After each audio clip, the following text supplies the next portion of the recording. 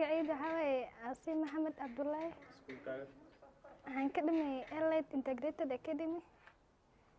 Waxaan helay max 414 waana ku faraxsanahay.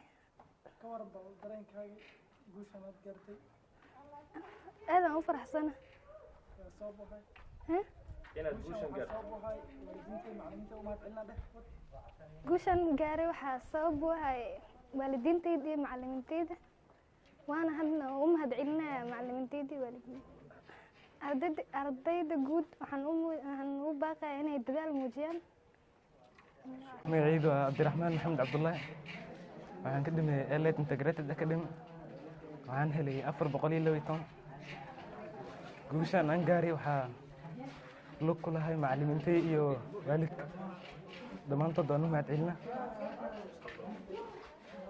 markaan waxaan rajaynayaa inaan noqdo dhaqtar. waxaan nahay Sawdo Kusow Bocol.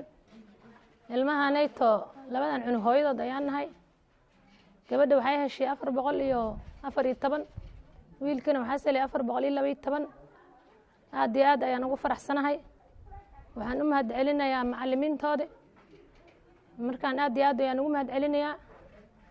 markaan ka waran carruurta xilligay waxbarashada ku jireen duruufo may soo mareen ma ka waran noloshii hoose daruuf ay soo mareen ilmahan ayagoo maxaa la dhahay oo laba galaastu ah aabahood shaqada shaqalaan ay ku dhacday. markaan aad iyo aad ayaan ugu soo dadaalin aan ugu soo rafaadnay.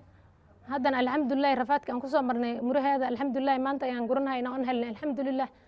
aad iyo aad ayaan u faraxsanahay.